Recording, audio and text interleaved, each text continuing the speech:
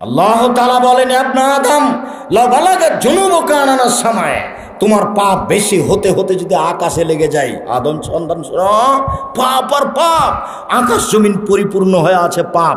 ফাস্তাগফিরতানি, এরপরে যদি আমার কাছে ক্ষমা চাও, গাফারতু লাকা, তোমাকে আমি ক্ষমা করে দেবো। বলো উবালি, আমি পরোয়া করি না তুমি কত বড় পাপী, আমি পরোয়া করি না তুমি কত বড় পাপী। অতএব সম্মানিত দিনী বোন, আপনার কাছে আবারও আমাদের পক্ষ থেকে আন্তরিকভাবে অনুরোধ রইল, আপনি স্বামীকে মেনেই চলুন, ভালো হবে, শান্তি পাবেন, সংসার সুখী হবে। মনটা ভারী করে কথা বন্ধ করে রাখবেন, ইবাদত কবুল হবে না, দিন দিন কষ্ট বাড়বে, শয়তান সুযোগ পাবে।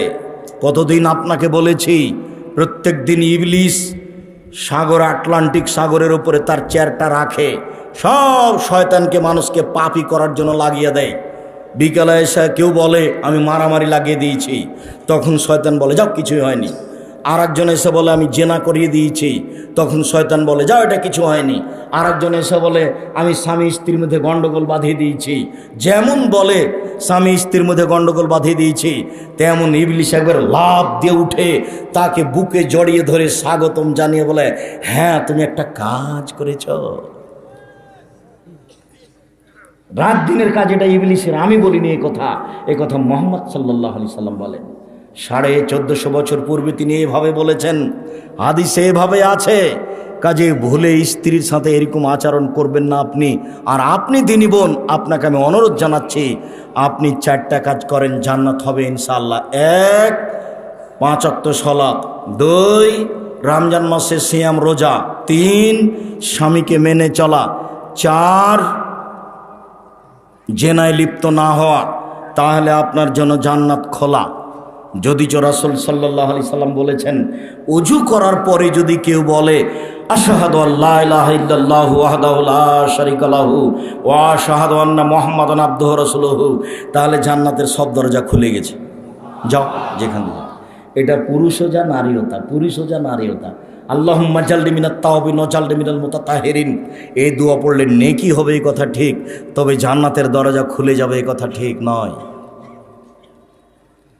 ওযু করার পরে যদি মানুষ বলে আশহাদু আল্লা ইলাহা ইল্লাল্লাহু ওয়াহদাহু লা শারীকা লাহু ওয়া আশহাদু আন্না মুহাম্মাদান আবদুহু ওয়া রাসূলুহু, তাহলে নারী পুরুষ সবার জন্য জান্নাতের সব দরজা খুলে গেছে।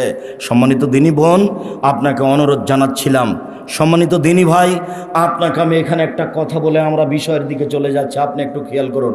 এই ছেলে বসো। কোনো বাচ্চা যদি আপনার পাশ থেকে উঠে, তাহলে আপনি তাকে ঠেকাবেন, কেননা ও বের হলে মানুষ ঘন হয়ে বসে আছে, আমার কথা তখন ধরতে পারবে না। কিছুক্ষণ অপেক্ষা করলে আমরা এক পর্যায়ে চলে যাব। আপনাকে বলছি, যেহেতু আপনার স্ত্রীকে একটু বললাম, তাহলে আপনাকে একটু বলে যাই, তাহলে কথার একটা মানান থাকবে। সাহাবীগণ বলছেন, আল্লাহর নবী, আমাদের কাছে স্ত্রীরা কি পায়, আমরা তাদের কি হক পূর্ণ করব, তাদের অধিকার কি আমাদের উপরে? তখন আল্লাহ রাসূল বলছেন, শোনো শোনো, অধিকার আছে 5টা। 1, আতেমা মাতা এমতা, তুমি যা খাও তা খাওয়াবে, যে মানের খাও সে মানের খাওয়াবে। 2, ফাকসুয়া মাক্তা সাইতা, তুমি যে মানের কাপড় পরো সে মানের পরাবে, তুমি যেমন পরো তেমন পরাবে। 3, অলা তুকাব্বে, কখনো বউকে কটু কথা বলো না। ভুলে যায়েন না, বউকে গালি দিয়েন না, বউকে গালি দিতে হয় না, মারতে হয় না, নিন্দা করতে হয় না। ভুলেও কখনো বলবেন না তোমার ঠোঁটটা মোটা। একবার ঠোঁট মোটা বললে 10 বছর আপনাকে ভালোবাসতে পারবে না। ভুলেও কখন বলবেন না তোমার রংটা কালো। একবার রং কালো বললে আপনার উপরে তার ভালোবাসা কমে যাবে। দিন রাত খালি প্রশংসা করবেন, বলবেন তোমার মতো সুন্দরী করে নারী দেখি না, তাহলে সারা রাত পাটি বেঁধার জন্য প্রস্তুত আছে। একটু প্রশংসার ভিখারি, মুখ খারাপ করিয়েন না, অন্য বাড়ি থেকে এসেছে, বাপের বাড়িতে লালন পালনে আপনার কাছে আছে, যৌতুক তো বহুদূরের কথা। আমি তো আপনাকে বলেছি, ভিক্ষা করা টাকা দিয়ে চাউল কিনে ভাত খেয়ে ইবাদত কবুল হবে, যৌতুকের টাকা দিয়ে চাউল কিনে ভাত খেয়ে ইবাদত কবুল হবে না। যৌতুক ফেরত দিতে হবে। তোমার বাপ বেটা নাকি দুইজনেই যৌতুক নিয়েছ, কি তোমাদের কেউ ভিক্ষা দেয় না? যদি এলাকায় ভিক্ষা না দেয়, তাহলে ওই যে ইয়াতে বগুড়া ট্রেন স্টেশনে যাও, মানুষের ব্যাগ ধরে তুলে দিবা, প্রতিদিন সারাদিন দিলে অন্তত 3 থেকে 500 টাকা হবে। যৌতুক নিবা কেন? তোবা করো, মনে মনে তোবা করো যে গিয়ে এই টাকাটা ফেরত দিব।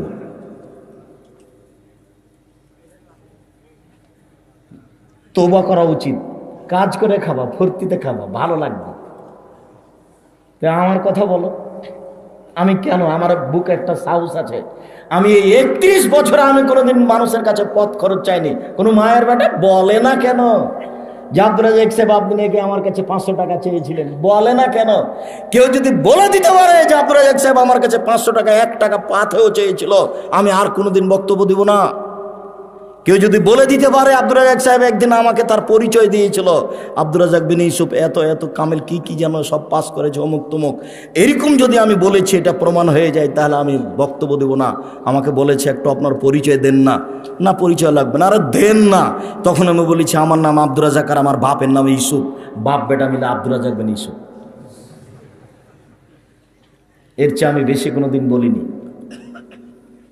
যৌতুক কেন নিবা? কাজ করে খেতে পারো, এতে রুজিতে বরকত আছে, এতে একটা সাহস আছে, হেম্মত আছে। চিরদিনের মতো তুমি ডুবে গেছো, তোমার মুখে মানুষ থুথু মারে, গালি দেয়, বেটা তুই তো শ্বশুরের কাছে টাকা নিয়েছিস, তুই আবার মুখে কি বলিস? ঘৃণা করে। তুমি ঘৃণার পাত্র, তোমার বাপ ঘৃণার পাত্র। খবরদার এই কাজ করো। বলেও কোনোদিন স্ত্রীকে কটু কথা বলবেন না, গালি দিবেন না, তাজের বলা যে মুখের উপরে মারবেন না। মুখের উপরে মারা নিষেধ। আগেকার পণ্ডিত কান ধরে টান দিত, এটা না যায়। গালের উপরে থাপ্পড় মারতো, পড়া না পারলে এটা না যায়। মুখের উপরে মারা নিষেধ। মাথায়, কানে, গালে, চোখে, মুখে পুরো উপরে মারা নিষেধ আল্লাহ রাসূল না করে দিয়েছেন। 1450 বছর আগে না করেছেন। উনি আবার প্রিন্সিপাল, উনি জানেন না রাসূলের নীতি। ডাক্তার জানেন না, 14 বার মাস্টার ডিগ্রি পাস করে লন্ডন থেকে ডাক্তারি করে আসলে তার চিকিৎসা করার নিয়ম জানে না। ডাক্তারটা পাশে আসলে, রুগী পাশে আসলে, রুগীর পাশে বা পুরুষ হলে গায়ে হাত দিয়ে বলবে লাভ আস্তর ইনশাআল্লাহ, সমস্যা নাই, ভালো হয়ে যাবে, চিন্তা করো না। আজবিল বাস রব্বান নাস আসফামতা সাফিলা সেফা ইল্লা সেফা হোক সেফুন লাইগদর সাফ। আল্লাহ তুমি একে আরোগ্য দাও, তুমি তো আরোগ্য দাতা, তুমি একে এমন আরোগ্য দাও যাতে করে কোনো রোগী না থাকে। এই বলে চিকিৎসা শুরু করতে হবে। তিনি তো আর এই লাইন কোনোদিন পড়েননি। এই বিশাল কোরআন মাজিদে কি আছে? মানুষে তো মনে করছে একে চুমা খেতে হয়, মানুষে তো মনে করছে যে একে কাপড় দিয়ে ঘেরে রাখতে হয়। এতে কি আছে এটা মানুষের জানার প্রয়োজন, না জেনে দুনিয়া থেকে চলে গেলেন। কোনোদিন জানা প্রয়োজনও মনে করলেন না। বিশাল কোরআন মাজিদে কি আছে? অথচ বেশি কিছু নাই, মাত্র 3-4টা কথা আছে। এই বিশাল 30 পারা কোরআন মাজিদে বেশি কিছু নেই, মাত্র 3-4টা কথা আছে। আব্দুল রাজ্জাক সাহেব কথাটা একটু বুঝিয়ে বলবেন। 3-4টা কথা মানে বুঝতে পারলাম না। 1 নম্বরে কথা আছে ক্ষমতা। ক্ষমতা গিয়ে দেখাতে গিয়ে বলেছেন আসমানের জমিন আসমানের মালিক আমি, জমিনের মালিক আমি। পৃথিবীবাসীকে চ্যালেঞ্জ করে বলেছি, তারা আসমানের কোনো ক্ষতি দেখাতে পারে, জমিনের কোনো ক্ষতি দেখাতে পারে, পারলে একটা বানিয়ে দেখাক না। কেউ যদি পারে, আমি একাচ্ছত্র মালিকানার অধিকারী, আসমানের মালিক আমি, জমিনের মালিক আমি। এটা ক্ষমতা দেখাতে গিয়ে তিনি দেখিয়েছেন। ক্ষমতা দেখাতে গিয়ে দেখেছেন 2, কিভাবে চন্দ্র যায়, কিভাবে সূর্য আসে, কিভাবে সূর্য আসে, কিভাবে চন্দ্র যায়। চন্দ্র সূর্যকে নির্মাণ করে ছেড়ে দিয়েছেন, কেউ তাকে থামাতে পারে না। তার নামে একক ক্ষমতা। কিভাবে রাত আসে, কিভাবে দিন যায়, কিভাবে দিন আসে, কিভাবে রাত যায়, একক ক্ষমতায় চলছে। তার কমবেশ কেউ করতে পারে না, তাকে কেউ ঠেকাতে পারে না। তার নাম ক্ষমতা। আকাশ থেকে বৃষ্টি বর্ষণ করে ঘাস উৎপাদন করে, শস্য উৎপাদন করেন, মানুষে খায়, পশু প্রাণী খায়, মানুষ তা করতে পারে না। ক্ষমতা দেখিয়ে দিয়েছেন। ক্ষমতা দেখাতে গিয়ে দেখিয়েছেন আদ, সামদ, নমরুদ, ফেরাউন, আমি তাকে মেরে দিয়েছি, কেউ আমার বিচার করতে পারে না। অলায়াখা ভোগ বাহা, তারা এত শক্তিশালী জাতি, এত শক্তিশালী জাতি, লাম ইউখলাক মিসলুহা ফিল বিলাদ, তাদের মতো শক্তিশালী জাতি আল্লাহ পৃথিবী তার কখনো সৃষ্টি করেননি, করবেন না। তাদেরকে ধ্বংস করে দিয়েছেন, একাকার করে দিয়েছেন, কেউ বিচার করতে পারে না। তার নাম ক্ষমতা। পুরো কোরআন মাজিদে খালি পাতায় পাতায় ক্ষমতা, পাতায় পাতায় দেখাবেন আসমানের মালিক আল্লাহ, জমিনের মালিক আল্লাহ। তিনি সূর্য সৃষ্টি করেছেন, তিনি চন্দ্র, রাত আসে, দিন যায়, এভাবে দেখাচ্ছেন। বৃষ্টি বর্ষণ করে আমি ঘাস উৎপাদন করি, আমি ফেরাউনকে মেরে দিয়েছি, আমি নমরুদকে মেরে দিয়েছি, কেউ বিচার করতে পারে না, এ হলো ক্ষমতা। আর দ্বিতীয় দেখিয়েছেন গাফুর আর রাহমান আর রাহিম, খালি গাফুর দয়াশীল, খালি রহমান খালি রাহিম, গাফুর রহমান রাহিম বাররুন দিয়ে আর ওয়াদুদ দিয়ে কোরআন মাজিদকে ভরে ফেলে দেওয়া হয়েছে। কেউ পড়ে না, কেউ বুঝেও না, খালি পাতায় পাতায় গাফুর, পাতায় পাতায় গাফুর, পাতায় পাতায় রহমান, পাতায় পাতায় রাহিম, পাতায় পাতায় বাররুন, পাতায় পাতায় রাউফুন, পাতায় পাতায় ওয়াদুদ, মানে আমি প্রেমময়, আমি দয়াশীল, আমি ক্ষমাশীল, এটা দেখিয়ে কোরআন মাজিদকে ভরে ফেলে দিয়েছেন। তিন, কিছু বিধান, সালাত আদায় করতে হবে, যাকাত দিতে হবে, চুরি করলে হাত কাটা যাবে, এ হলো কিছু বিধান। চার, এরই ফাঁকে ফাঁকে জাহান্নামের জান্নাত, জাহান্নামের জান্নাত, জাহান্নামের জান্নাত, এই কোরআন মাজিদ শেষ। বুঝতে পারলেন না কথা মনে হয়? তো কোনোদিন পড়তেও পারলাম না, কোনোদিন বুঝতেও পারলাম না। কখনো মুখের উপরে মারবেন না। চার, পাঁচ, ওলা তাতরুকা ইল্লা ফিল বাইতে, নিজের বাড়ি ছাড়া কোথাও থাকতে দিবেন না। চাচির বাড়ি যেতে পাবে না, খালার বাড়ি যেতে পাবে না, ফুফুর বাড়ি যেতে পাবে না, হাটায় বাজারে যাওয়ার তো কোনো প্রশ্নই আসে না। কাপুরুষের স্ত্রী হাটে বাজারে যায়, যারা নিজেকে পশু মনে করে, গরু ছাগল, তাদের স্ত্রী হাটে বাজারে যায়। কষ্ট পাচ্ছেন নাকি? আমার কিছু করার নেই, কথা আমি বলিনি। যদি আপনি আবার অনুবাদ শুনতে চান, তাহলে আমি যখন নেমে যাব তখন আপনাদের সুপরিচিত মৌলানা আব্দুল কাদের সাহেব আপনাদেরকে এই আয়াতের অর্থ শোনাবেন। বুঝেও বুঝে না ওরা অন্তর আছে, বুঝে না, দেখেও দেখে না ওরা চক্ষু আছে, দেখে না, শুনেও শুনে না ওরা কান আছে, শোনে না। উলায়েকা কালানাম, তারা পশু প্রাণীর মতো, তারা গরু ছাগলের মতো, তারা কুকুর সিলেগের মতো, তারা চতুষ্পদ প্রাণীর মতো, বাল হওয়া যাল, বরং তার চেয়ে খারাপ। আপনি বলেন কি? আপনার একটা আত্মমর্যাদা থাকা দরকার।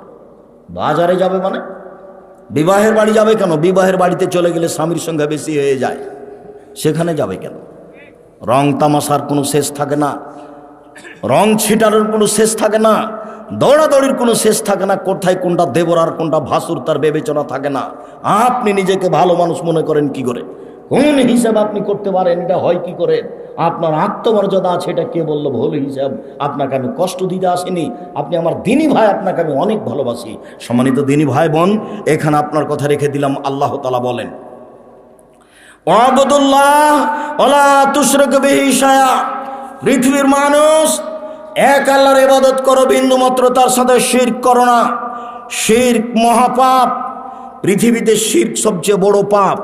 বাংলাদেশ এমন একটা জায়গা যেখানে শুধু শিরক চলে আর বিদাত চলে। মানুষে বলে বন্যা চলেছে বিপদ সীমার উপর দিয়ে, মানুষে বলে ঝড় বৃষ্টি চলেছে বিপদ সীমার উপর দিয়ে। জিনা ঝড় বৃষ্টি বিপদ সীমার উপর দিয়ে যায়নি। ভারত, বাংলাদেশ, পাকিস্তানের মাটিতে শিরক চলেছে বিপদ সীমার উপর দিয়ে। দেশ ট্রাভেলস গাড়িটা ঢাকা থেকে ছুটলো, একটু পরে সূর্য ডুবে গেছে, ঘরে আলো, গাড়িতে আলো জ্বলে উঠলো। আমি বললাম, এই ছেলে শোনো, তুমি গাড়িতে আলো দিলে কেন? মহাজনে বলে দিয়েছেন সূর্য ডুবার সাথে সাথে আলো দিতে হবে, হিন্দুরা দেয়। দেখেন আপনার মাও দেয়। আপনার মা যখন চাউল ঝাড়ে, তখন আপনার ছেলে যদি ওই চাউল ঝাড়া কুলা বুঝেন, কুলার ওপরে যদি আপনার ছেলেটা চড়ে নেয়, তাহলে আপনার মা কি বলে দেখিয়েন। আপনার মায়ের সামনে আপনি গরুকে লাথি মারিয়েন, দেখেন আপনার মা কি বলে। আর এদেশের শিক্ষা প্রতিষ্ঠান, অফিস, আদালত, কোর্ট কাচারি সব একবারে শিরক দিয়ে ভরা। প্রত্যেকটা ঘর, প্রত্যেকটা বাড়ি, প্রত্যেকটা অফিস, প্রত্যেকটা শিক্ষা প্রতিষ্ঠান একেবারে শিরক দিয়ে পরিপূর্ণ হয়ে আছে। শুধুই শিরক, যেখানে যাবে। পৃথিবীর মানুষ শিরক করো না, বিচারের মাঠে সব পাপ ক্ষমা করে দেব। শিরক না করলে আল্লাহকে সম্মান করা হবে, শিরক না করলে আল্লাহর সাথে সদাচরণ হবে। পৃথিবীর মানুষ মনে রাখেন, আল্লাহর সাথে সদাচরণ হলো শিরক না করা। 1 মিনিট, একদা আল্লাহর নবী এক গাধার ওপরে বসেছিলেন, পিছনে মুআজ ইবনে জাবাল ছিলেন। মানে দুইজন পাশাপাশি বসে আছেন। গাধা তো একবারই ছোট প্রাণী। পাশাপাশি দুইজন, আগে আছেন আল্লাহর নবী, পিছনে আছেন মুআজ ইবনে জাবাল। আল্লাহর নবী বলছেন মুআজ, তো মুআজ ইবনে জাবাল বলছেন লাব্বাইক ওয়া সাদাইক, জি প্রস্তুত, বলেন কি বলছেন। তিনি বলছেন মুআজ, তো মুআজ ইবনে জাবাল বলছেন লাব্বাইক ওয়া সাদাইক, জি প্রস্তুত, বলেন কি বলছেন। আবার বলছেন মুআজ, তো মুআজ বলছেন লাব্বাইক ওয়া সাদাইক, জি আল্লাহ রাসূল প্রস্তুত, বলেন কি বলছেন। আল্লাহ রাসূল তো কথা বলছেন না, খালি এইটাই বলছেন। কেন? ওনাকে প্রস্তুত করে নিচ্ছেন, আমার কথা যেন 19-20 না হয়। আর আপনি দাঁড়িয়ে গল্প করবে না, আমার বক্তব্য শুনলেন, এটা কথা হলো? কথা বুঝাতে পারিনি এখনো। আল্লাহ রাসূল মুআজকে বলছেন মুআজ, মুআজ কি দূরে আছে? বলেন তো কোথায় আছে? গাধার উপরে একবারে গায়ের সাথে লেগে আছে। গাধাই তো ছোট প্রাণী। তারপর আবার বলছেন মুআজ, জি বলেন। মুআজ, জি বলেন। 3 বার, মানে তাকে প্রস্তুত করলেন, কথা যেন 19-20 না হয়। তাই করোনা ভাইরাসকে লক্ষ্য করে আমি বলেছিলাম যে রাসূল সাল্লাল্লাহু আলাইহি সাল্লামের সাহাবীগণ সবচেয়ে বেশি আল্লাহ রাসূলকে মেনে চলতেন, বলাও লাগতো না, মেনে চলতেন। এ ব্যাপারে এত সতর্ক ছিলেন সাহাবীগণ। এরপরে বলছেন মুআজ, জি মুআজ, জি মুআজ, জি। এত তো বলা লাগে না, কেন এত বললেন? অথচ কত জোরালো অনুসারী ছিলেন, বলা লাগতো না, এমনিতেই। মানে আব্দুর রাজ্জাক সাহেব একটু ঘটনাটা বলেন তো, এমনিতে কি? আরে শোনেন, আল্লাহর নবী একদিন জুতা পায়ে দিয়ে সালাত শুরু করেছেন। তো জুতাতে ময়লা ছিল, জুতা পায়ে দিয়ে নামাজ পড়া যায় যদি জুতাতে ময়লা না থাকে। তো সালাত শুরু করেছেন, তখন জিবরাইল এসে বলছেন জুতা খুলেন, জুতাতে ময়লা আছে। আল্লাহ রাসূল জুতা খুলে দিয়েছেন। সালাম ফিরার পরে দেখছেন সাহাবীগণ সবাই জুতা খুলে দিয়েছে। তা আল্লাহ রাসূল বলছেন কি ব্যাপার তোমরা জুতা খুলেছো কেন? তো সাহাবীগণ বলছেন আরে আপনাকে যে সালাতের মধ্যে জুতা খুলতে দেখলাম সেই জন্য তো খুলে দিয়েছি। আরে জিবরাইল আমাকে বলছেন যে আপনার জুতাতে ময়লা আছে, সেজন্য আমি খুলে দিয়েছি। তো তোমাদের জুতাতে আর ময়লা নেই, তোমরা খুলেছো কেন? বলে আপনাকে খুলতে দেখেছি সেই জন্য। এ দেখেন, বলা লাগে না, দেখেই মেনে নিয়েছেন, তার নাম সাহাবী। এত সচেতন মানুষ সাহাবী হওয়ার পরেও জীবনে কোনোদিন 1 ওয়াক্ত সালাত এই কথা না বলে শুরু করেননি। কোন কথা? কাতার সোজা করুন, প্রাচীরের মতো হয়ে দাঁড়ান, ফাঁকা বন্ধ করুন। ওই যে দুইজনের মাঝে শয়তান ঢুকছে ছাগলের বাচ্চার মতো, ফাঁকা বন্ধ করুন, প্রাচীরের মতো হয়ে দাঁড়ান। মানসাদ্দা ফুরজাতান বানাল্লাহু লাহু বাইতান ফিল জান্নাহ, কেউ যদি ফাঁকা বন্ধ করে তাহলে আল্লাহ তার জন্য জান্নাতে ঘর বানাবেন।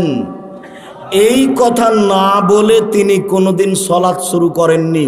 23 বছরের কোনো একদিন, কোনো 1 ওয়াক্ত, 23 বছরের কোনো একদিন, কোনো 1 ওয়াক্ত, এই কথা না বলে যদি সালাত শুরু করেছেন, এটা প্রমাণ হয়ে গেলে আমি আব্দুর রাজ্জাক বিন ইউসুফ সেদিন থেকে আর বক্তব্য দেব না। বলেন তো আপনি কি বুঝলেন, আমি কি বুঝালাম? আমি বুঝালাম যে আল্লাহর নবী এই কথা বলার পরে সালাত শুরু করতেন। বুঝাতে পারলাম না মনে হয়? আগে ওদের দিকে মুখামুখি হয়ে বলতেন কাতার সোজা করুন, প্রাচীরের মতো হয়ে দাঁড়ান, আগে পিছে হয়েন না, নইলে অন্তরে বিভেদ সৃষ্টি হবে।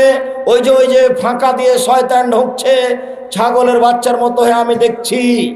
এই কথা না বলে তিনি সালাত শুরু করতেন। আপনি যান বগুড়া শহরে, 20 বছর থেকে 30 বছর থেকে আছেন, কোনো একদিন আপনি দেখতে পাবেন না ওই দিকে মুখ করে আছে, কেবলার দিকে মুখ করে আছে, একামাত চলছে, ওদিকে পাগড়িও পেঁচাচ্ছে, একামাত শেষ হতে না হতে আল্লাহু আকবার।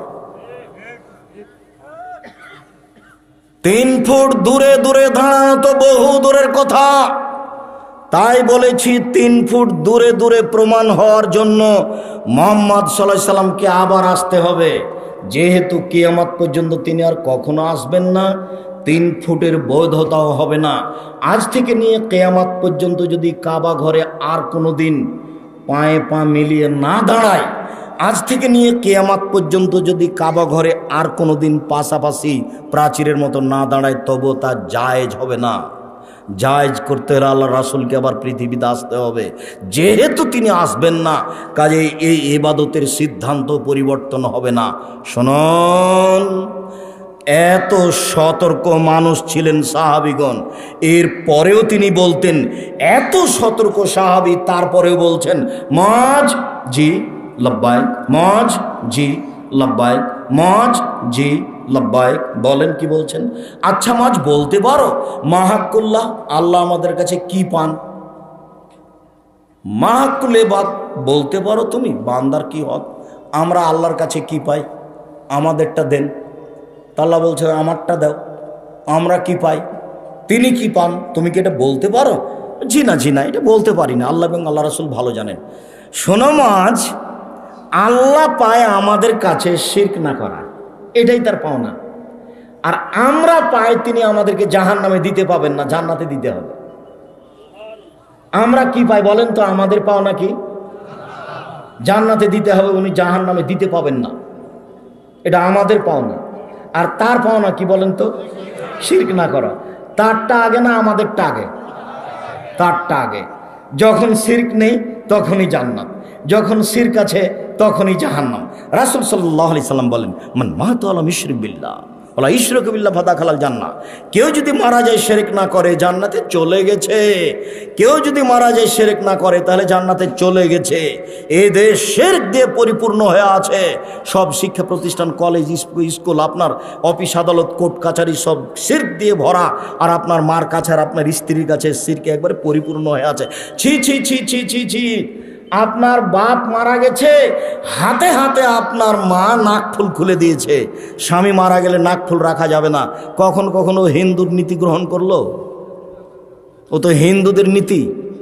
স্বামী মারা গেছে, নাকফুল থেকে যাবে, গয়না থেকে যাবে, 4 মাস 10 দিন নতুন পোশাক পরতে পাবে না, সাজসজ্জা গ্রহণ করতে পাবে না। নাকফুল খুলে দিতে হবে, কথা কে বললো? গয়না খুলে দিতে হবে, কথা কে বললো? এরই নাম হচ্ছে হিন্দুদের নীতি। এটা তো বগুড়া। বিবাহ পড়ার কত নোংরা নীতি আছে, তার কোনো হিসাব নেই। আমার তো চোখের দেখা একটা একটা নকল করে আপনার সাথে আমি বলেছি, চাঁপাই নবাবগঞ্জে এমন কোনো বিবাহের নীতি নাই যেটা জায়েজ, সবই হারাম। চাঁপাই নবাবগঞ্জ জেলার বিবাহের শুরু থেকে নিয়ে শেষ পর্যন্ত সব নীতি না জায়েজ, হারাম। বগুড়ার একটা বলি, সবাই মিলে 2-4 10 জন 20 জন মিলে গেছে মেয়ের কাছে বিবাহ পড়াতে। মেয়েটা যেই ঘরে গেছে সেখানে গেছে, তো মেয়ের বাপও আছে ওখানে, আপনার কাজীও আছে, আর যেন কে কে আছে। তখন বলছে অমুক নিবাসী অমুক, এত টাকা নগদ, এত টাকা বাকিতে তোমাকে বিবাহ করতে এসেছে, তুমি তাকে স্বামী সত্ত্বে কবুল করো। তখনও বলছে কবুল করলাম। তারপরও বলছে তোমরা শুনেছ? জি শুনেছি। আবার আবার 3 বার। এবার লোকগুলি এসে যেখানে বর আছে সেখানে দাঁড়ালো। তো বরের পাশে বসে থাকা লোকগুলি বলছে আপনারা কে? আমরা এ বিবাহের উকিল। কনে কবুল করেছে? জি করেছে। আপনারা শুনেছেন? জি শুনেছি। তাহলে বসেন। মনে হচ্ছে পাগলামি কারবার, কলা গাছের চতুর্দিকে ঘুরে। ধর্ম পাগল হয়ে গেছে, বানানো নিয়ম দেখেন, ধর্ম পাগল হয়ে গেছে।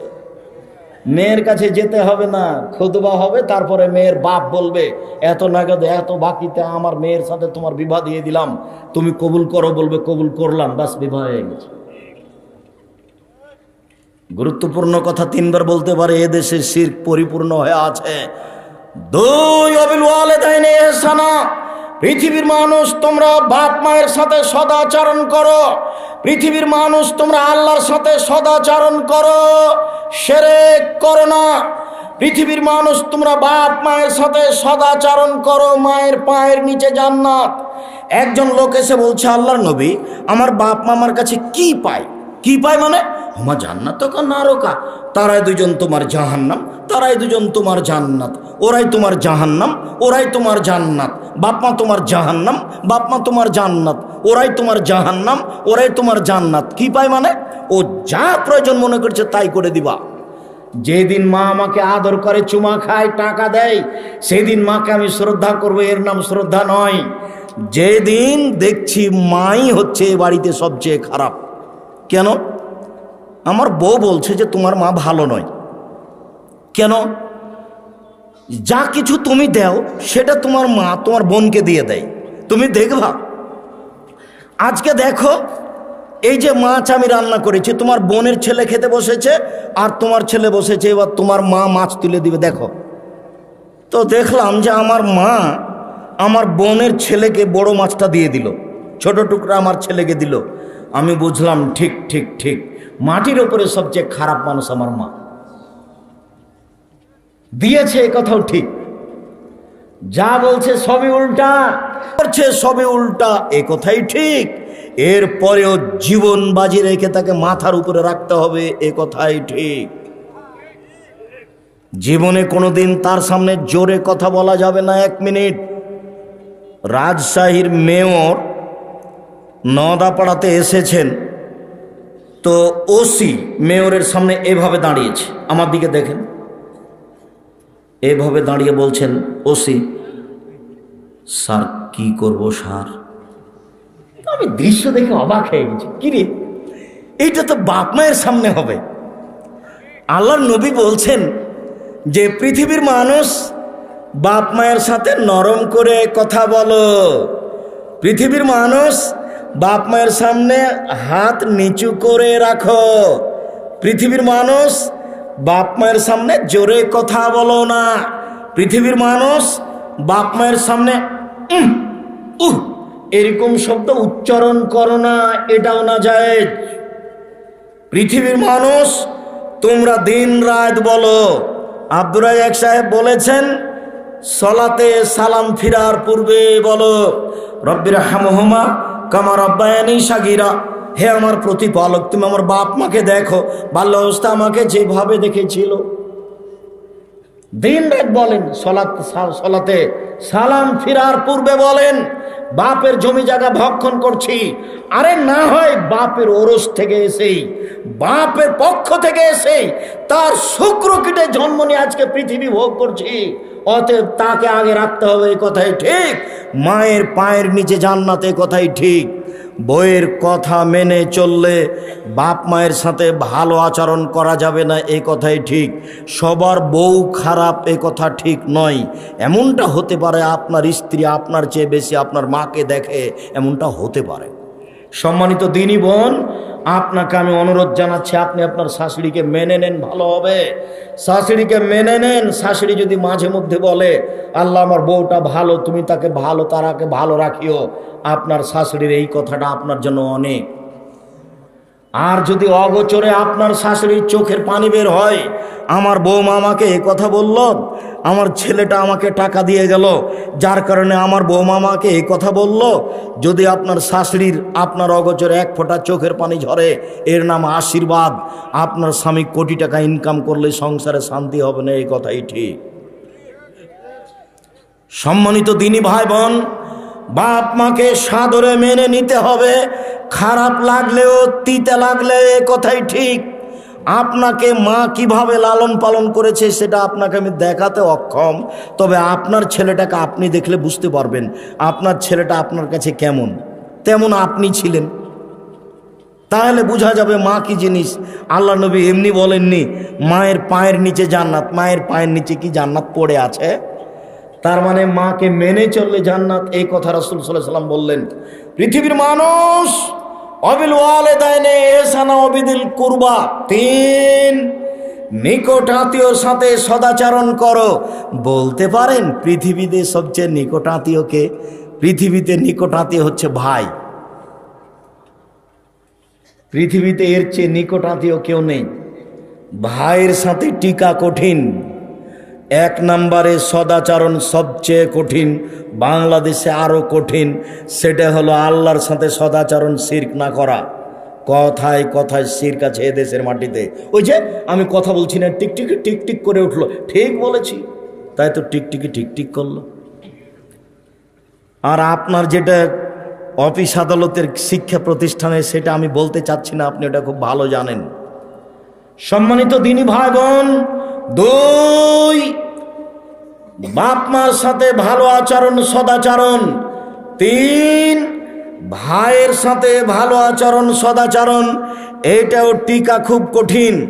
আমাদের গ্রামে 2 ভাই মারামারি লেগেছিল, ঝগড়া। বিকেলে একটা ঢেঁকি ছিল, কেটে ভাগ করে নিয়েছে। চাঁপাই নবগঞ্জের ভাষায় ভাই ভাই ঠাই ঠাই।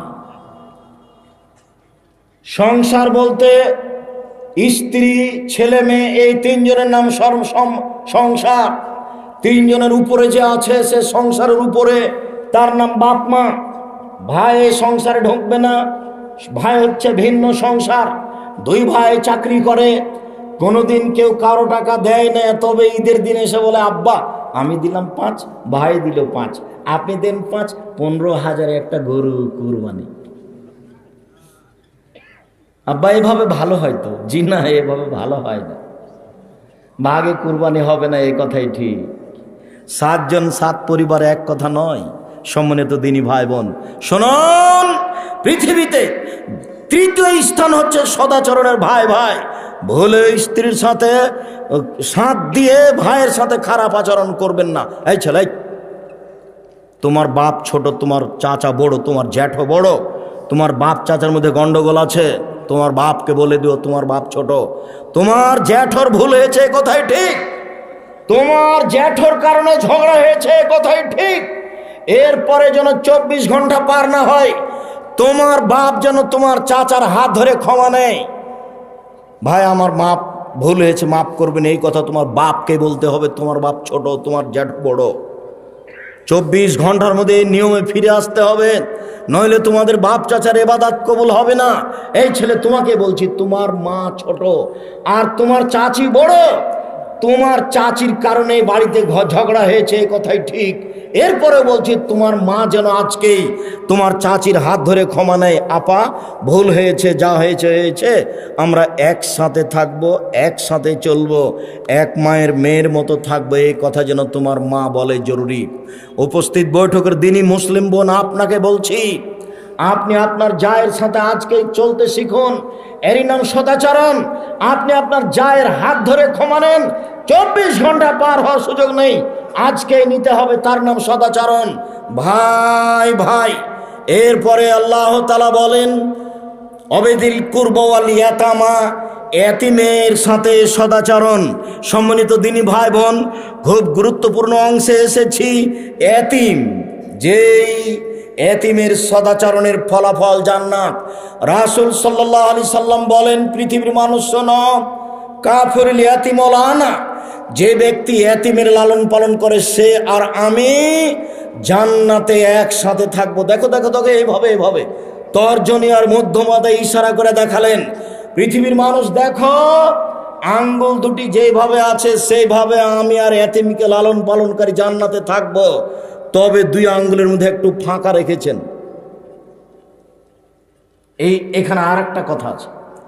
আল্লাহ রাসূল বলেন, কেউ যদি 2টা মেয়ের লালন পালন করে, বেটি 2টা হয়েছে সেজন্য মন ভারী হয়েছে, কিয়ামতের লক্ষণ। একটা বেটি হয়েছে সেজন্য মন ভারী হয়েছে, বেটা হলে খুব ভালো লাগতো, বেটা যে পেটে ছুরি দিয়ে চলে যাবে। একটা মানে আরো বদ, 2টা মানে একটু কম বদ, 5-7টা মানে একটু তার চেয়ে কম বদ। আর 2টা একটা ছেলে নিয়ে কি করবেন? ছেলে যত বেশি হবে তত ইহকালে ভালো, পরকালে ভালো। 10-12টা হলে তো 2-1টা মারা যাবে, আর 2-1টা যদি মারা যায় ছোট অবস্থায়, তাহলে আপনি জান্নাত চলে গেছেন। কেন? এমন তুমুল ঝগড়া লাগিয়ে দিবে আল্লাহর সাথে, আমার বাপকে আগে জান্নাতে দিতে হবে, তারপরে। যতক্ষণ পর্যন্ত আপনার জন্য জান্নাত ঘোষণা না হবে ততক্ষণ পর্যন্ত এই ছেলে ছাড়বে না। তো আপনার ছেলেই তো মাত্র 2টা, কয়টা মরে আর কয়টা থাকে? যার জন্য উপস্থিত বৈঠকের মুসলিম বোন, 2টা বাচ্চা খুব খুশি হয়েছেন, ভালো করে পড়াশোনা শিখাবো। আরে আপনার স্বামীরা 5 ভাই, আপনার শ্বশুর দিন মজুরি করে খাতো, 5 ভাই এখন চাকরি করে, ভালো ভালো চাকরি করে, আর আপনার 2টা বেটা খালি শয়তান, দিন রাত টিভি নিয়ে বসে থাকে, মোবাইল নিয়ে বসে থাকে, বেটি ছেলে পিছে পিছে করে। দেখেন আপনি আপনি কি দেখাতে চাচ্ছেন? এগুলো ভুল হিসাব। ছেলে মেয়ে বেশি নেন, বরকত বেশি হবে। ছেলে মেয়ে বেশি নেন, শান্তি বেশি হবে। ছেলে মেয়ে বেশি নেন, বিচারের মাঠে পার হয়ে যাবেন। সম্মানিত দিনী ভাই বোন, যেটা বলছিলেন সেটা দেখেন। কারো যদি 2টা মেয়ে থাকে আর ওই যদি 2টা মেয়ের লালন পালন করে, তাহলে জান্নাতে আমি আর সে ব্যক্তি এইভাবে থাকবো। তখন তর্জনী আর মধ্যমা জমা করে দেখালেন, দেখো দেখো। তখন এই আঙ্গুলের মধ্যে ফাঁক রাখলেন না, তখন জমা করে দিলেন। তাহলে এতিমের চেয়ে মেয়ের লালন পালন বেশি দামি। বুঝাতে পারিনি কথা? সম্মানিত দিনী ভাই বোন, এতিমের সাথে ভালো আচরণ করুন। রাসূল সাল্লাল্লাহু আলাইহি সাল্লামের কাছে একটা লোক আসলো। ফাশাকাইলান নবী সাল্লাল্লাহু আলাইহি সাল্লাম কাসওয়াতা কালবিহি, তার অন্তর খুব শক্ত। তার অভিযোগ করলো, আল্লাহর নবী, ভিক্ষুক ভিক্ষা চাইলে দিতে মন চায় না, অন্তর খুব শক্ত। একটু কান্নাকাটি, চোখের পানি আসে না, অন্তর খুব শক্ত। আল্লাহর নবী, এই ছেলে ঘুমাচ্ছ নাকি? শোনো, তুমি সেদিনের কথা তোমার মনে আছে? আমি বলেছিলাম তোমার মাকে বলে দিও, আম্মা আমি যখন বাড়ি থেকে বের হব তখন আমার পকেটে কিছু খুচরা টাকা দিয়েন। 10 টাকা 5 টাকা দিবেন, 200 100 যত ফকির আসবে আমি তাকে সবকে দিব। 5 টাকা 10 টাকা করে দিতে থাকবো। আম্মা, আমার পকেটে 500 টাকা নোট থাকে, ফকির আসে তখন আমি বলি মাপ কর। তা আমি ফকিরের কাছে কত মাপ চাই আম্মা?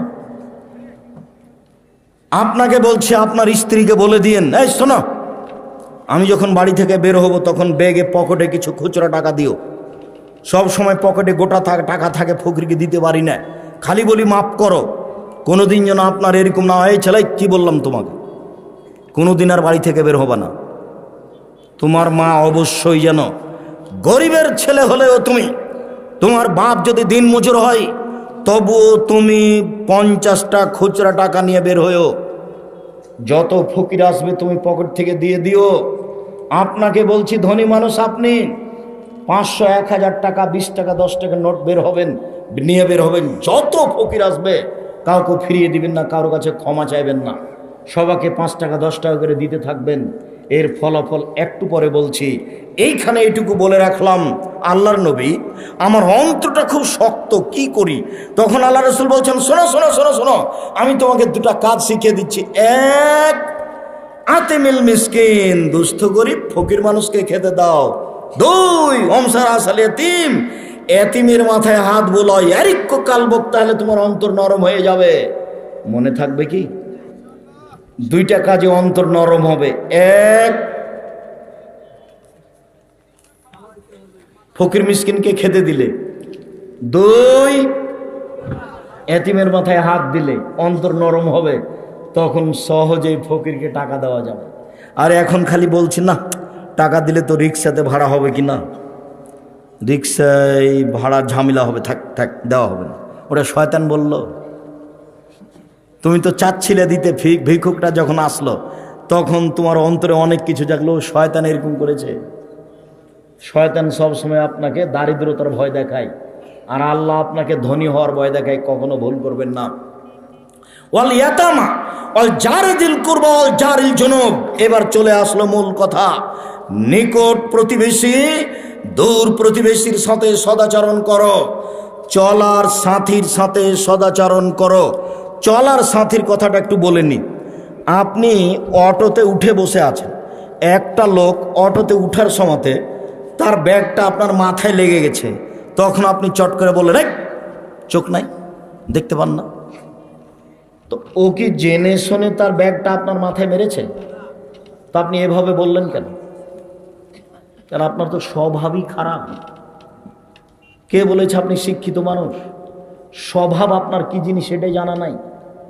কে বলে আপনি সমাজের নেতা? যখন তার ব্যাগটা আমার মাথায় লেগে গেছে, আচ্ছা বাবা, আচ্ছা আচ্ছা, আমি মনে কিছু করি না, আচ্ছা ঠিক আছে এই আমি কিছু মনে করছি না, তুমি বসো।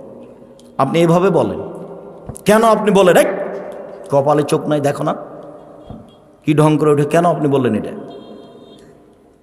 চলার সাথীর সাথে সদাচরণ করতে হবে। দূর প্রতিবেশী, নিকট প্রতিবেশীর সাথে সদাচরণ করতে হবে। প্রতিবেশীর সাথে সদাচরণে জান্নাত, খুব জটিল কাজ। প্রতিবেশীর সাথে সদাচরণ খুব কঠিন কাজ। রাসূল সাল্লাল্লাহু আলাইহি ওয়াসাল্লাম বললেন, আউয়াল খাসমানি ইয়াউমাল কিয়ামা জারানে, বিচারের মাঠে প্রথম বিচার হবে দুই প্রতিবেশী। আব্দুর রাজ্জাক সাহেব থামেন থামেন থামেন, আপনি একদিন বক্তব্যে বলছিলেন প্রথম বিচার হবে নামাজের, সলাতের, তারপরে অন্যান্য বিচার। আজকে আপনি বলছেন প্রথম বিচার হবে দুই প্রতিবেশীর। হ্যাঁ, ঠিক বলেছি। আল্লাহর ইবাদতে, আল্লাহর হকে প্রথম বিচার হবে সলাতের, মানুষের হকে প্রথম বিচার হবে দুই প্রতিবেশীর। প্রতিবেশীর হক নষ্ট করেছে যে সে জান্নাতে যাবে না, প্রতিবেশীর হক নষ্ট করেছে যে সে জান্নাতে যাবে না। আব্দুর রাজ্জাক সাহেব, প্রতিবেশীর হক কি একটু বুঝিয়ে বলবেন? হ্যাঁ বলি, বলেন তো দেখি।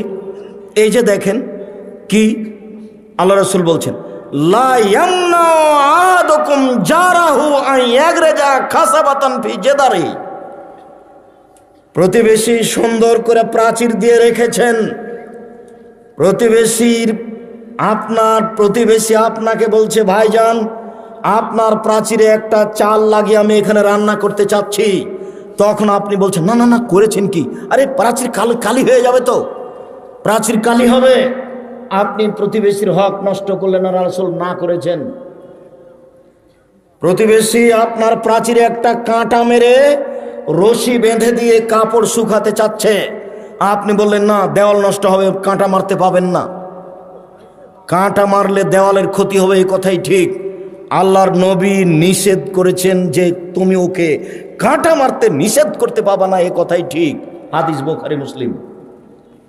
আমি বুঝাতে পারিনি মনে হয়, কথাটা কি আবার বলবো? প্রতিবেশী আপনার প্রাচীরে কাঁটা মেরে রশি বেঁধে কাপড় শুকাবে, দেওয়ালের যদি ক্ষতি হয়ে দেওয়াল পড়ে যায় তো আপনি নিষেধ করতে পারবেন না।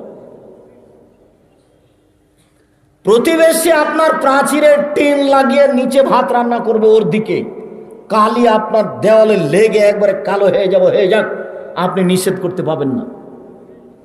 আমি যদি বুঝাতে না পারি আমি অক্ষম। রাসূল সাল্লাল্লাহু আলাইহি সাল্লাম বললেন, আল্লাহে লা ইউমিনু, আল্লাহর কসম সে ব্যক্তি মুমিন নয়। আল্লাহে লা ইউমিনু, আল্লাহর কসম সে ব্যক্তি মুমিন নয়। আল্লাহে লা ইউমিনু, আল্লাহর কসম সে মুমিন নয়। কিলা মান ইয়া রাসূলুল্লাহ, আল্লাহ রাসূল বলেন তো কে মুমিন নয়? তখন আল্লাহ রাসূল বলছেন, মাল্লা ইয়ামান জারু বায়াকাহু, যে তার প্রতিবেশীকে নিরাপদে রাখে না সে মুমিন নয়। রাসূল সাল্লাল্লাহু আলাইহি সাল্লাম বলেন, লা ইয়াদখুলুল জান্নাতা মান লা ইয়ামান জারু বায়াকাহু, যার প্রতিবেশী নিরাপদে থাকে না ও জান্নাতে যাবে না। যার প্রতিবেশী তার থেকে নিরাপদে থাকে না ও জান্নাতে যাবে না। আবু হুরায়রা রাদিয়াল্লাহু তাআলা আনহু বলেন, রাসূল সাল্লাল্লাহু আলাইহি সাল্লাম বলেছেন, মান কানা ইউমিনু বিল্লাহি ওয়াল ইয়াউমিল আখির ফালা ইউযি জারাহু, যে আল্লাহকে বিশ্বাস করে, যে পরকালকে বিশ্বাস করে, সে যেন প্রতিবেশীকে কষ্ট না দেয়।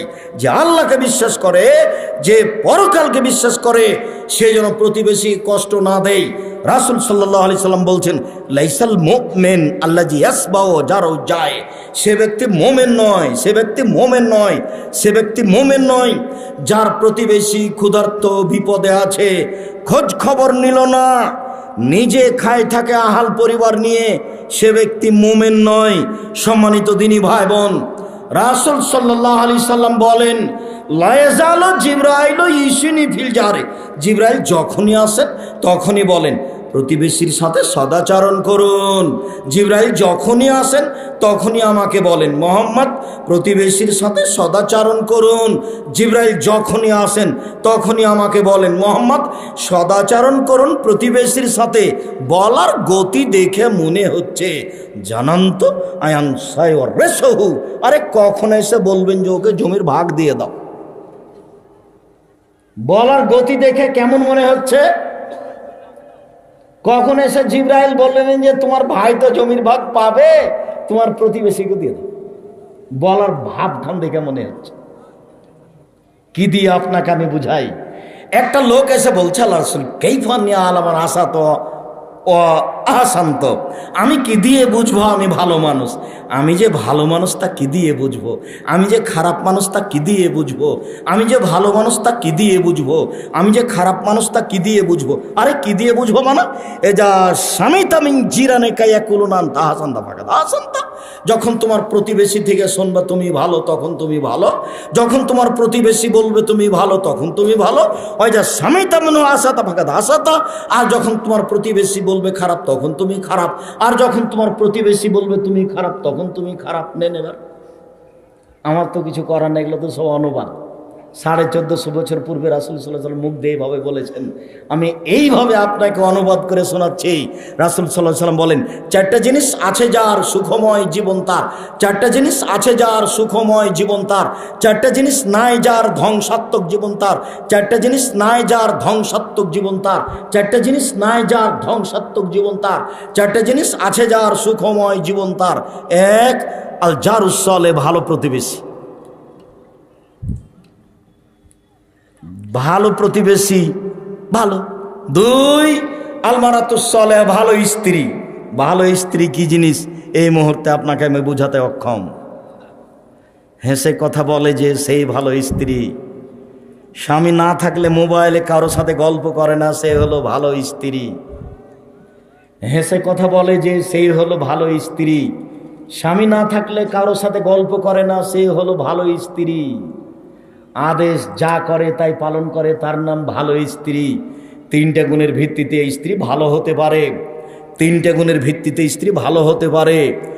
1, তার সাথে কথা বললে হাসি মুখে বলে। 2, আদেশ করলে পালন করে। আদেশ করতে হয়, আদেশ করবেন, নিজে নিজে কাজ করবেন না। নিজে নিজে খালি স্যান্ডেলটা খুঁজছেন, খালি খুঁজে বেড়াচ্ছেন, তখন মনে মনে বলছে আমার উপরে রাগ করেছে, সেই জন্য তো আমাকে বলে না।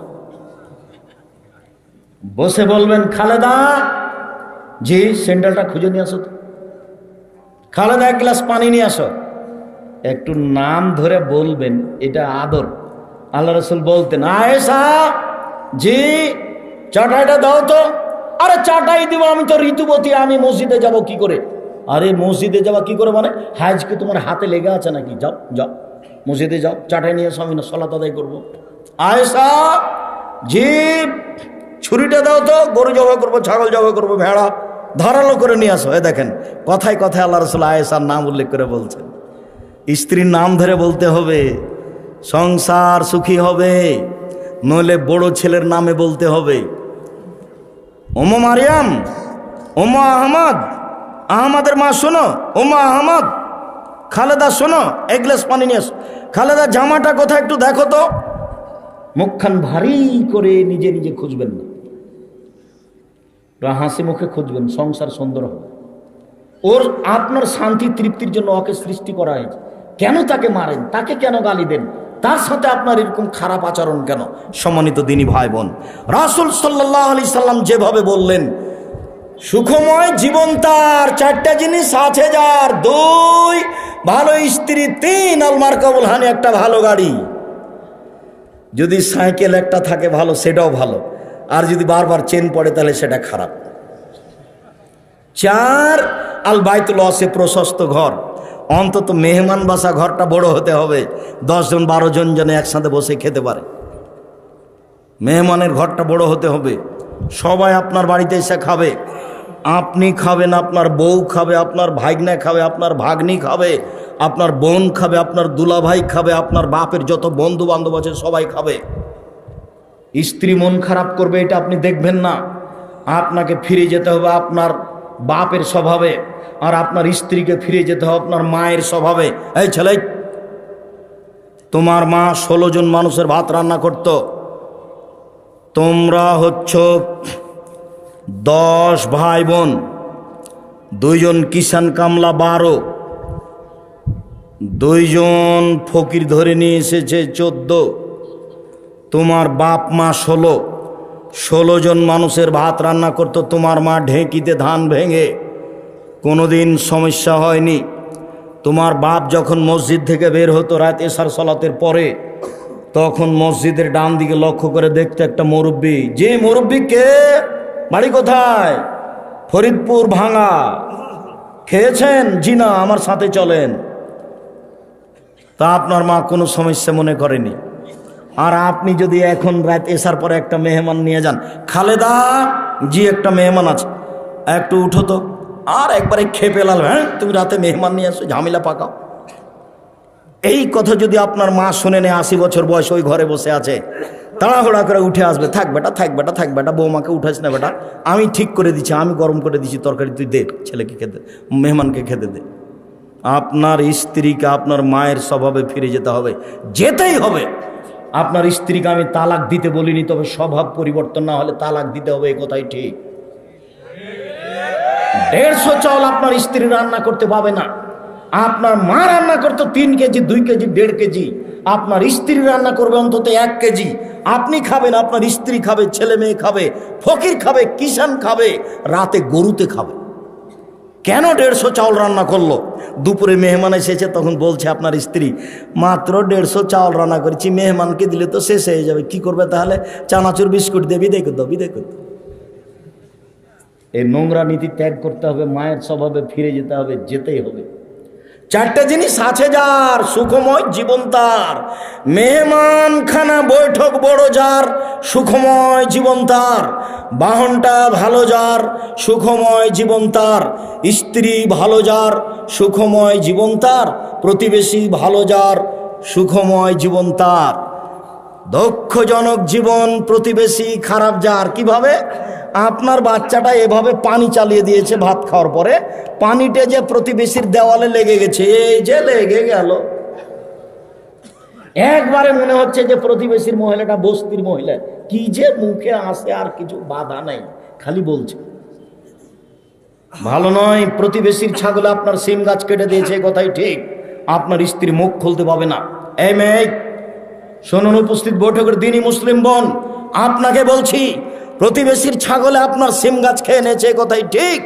আপনি মুখ খুলতে পাবেন না, ধৈর্য ধারণ করুন। তার নাম প্রতিবেশীকে মূল্যায়ন করা। সম্মানিত দিনী ভাই বোন, আমরা আলোচনার এই শেষ পর্যায়ে এসে বলছি, আল্লাহ নবীকে বলা হল, আল্লাহ রাসূল অমুক মেলায় ছেলে বসো, আমি তো নিজেই শেষ করব। তুমি কি করে বুঝলে যে আমি দোয়া পড়ে ফেলেছি? আমি তো দোয়া পড়ে ফেলিনি। বক্তব্যের শেষ কথাটাই সবচেয়ে গুরুত্বপূর্ণ কথা। আল্লাহ রাসূলকে বলা হলো, আল্লাহ নবী অমুক মহিলা বেশি বেশি সলাত আদায় করে, বেশি বেশি সিয়াম পালন করে, রোজা থাকে, বেশি বেশি দান খায়রাত করে, তবে ও মুখে প্রতিবেশীকে কষ্ট দেয়। তখন আল্লাহ রাসূল বলেন, হে ফিন্নার, ও জাহান্নামে যাবে।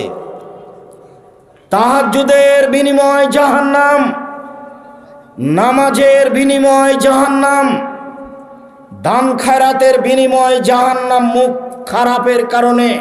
আল্লাহর নবী অমুক মহিলা কম কম সালাত আদায় করে, কম কম সিয়াম পালন করে, কম কম দান খায়রাত করে, তবে মুখ খান ভালো, আল্লাহ রাসূল বললেন সে জান্নাতে যাবে। সম্মানিত দিনী ভাই বোন, আমি অনুরোধ জানাচ্ছি, স্ত্রীর সাথে ভালো আচরণ করুন। সম্মানিত দিনী ভাই বোন, আজকের জরুরি কথা, এক, যে কোনো মূল্যে 5 ওয়াক্ত সালাত আদায় করতে হবে, পৃথিবীতে ব্যতিক্রম আদেশ। 2, হালাল রুজি খেতে হবে, জরুরি আদেশ। 3, যে কোনো মূল্যে কোরআন মাজিদ পড়তে হবে, অল্প হলেও, সূরা ইখলাস হলেও। 4, 2 জন যেখানে বসে আছে সেখানে বসতে হবে না, আড্ডা পিটতে হবে না। কেন? ওদের মধ্যে কেউ যদি বলে অমুক খারাপ, আর আপনি যদি বলেন হ্যাঁ ঠিকই বলছেন, তাহলে ফলাফল জাহান্নাম, খুব ভয়াবহ ব্যাপার। সাথে সাথে দোকান মানে ল্যাংটা মেয়ে নাচে, পৃথিবী ধ্বংসের লক্ষণ।